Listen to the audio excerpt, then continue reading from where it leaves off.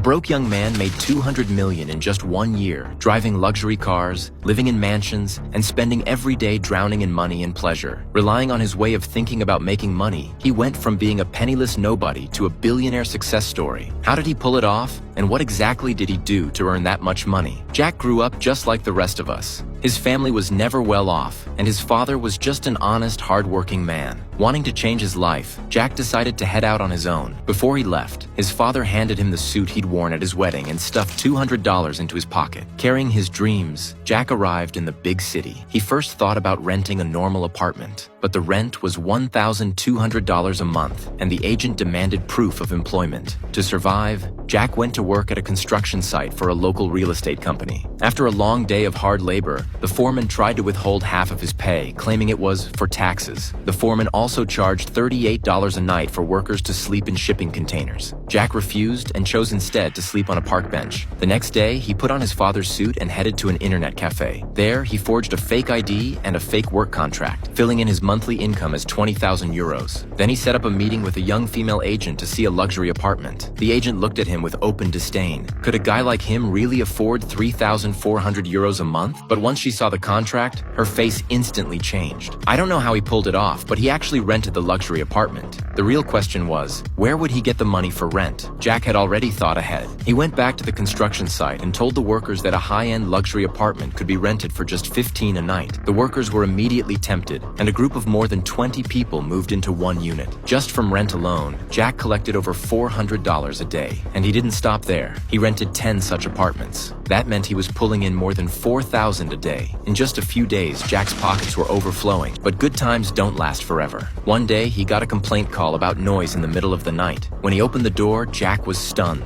The apartment was trashed, filled with chickens, ducks, cows, sheep, you name it. The workers had gone completely wild. Jack rushed to stop them, but they ignored him. At that moment, the female agent showed up with the police. Realizing things were about to go very bad, Jack slipped away in the chaos. He wasn't the only one who escaped. Another man fled alongside him, someone who would turn out to be the first important figure in his life. His name was George, a street hustler with nothing to his name except a ton of connections. The two quickly became friends. George, having lived on the streets for years, immediately spotted the rich guy vibe Jack gave off. His face and presence made him look convincing as a man of wealth. George pulled out a watch and said, "On my wrist, this watch is worth 50 bucks.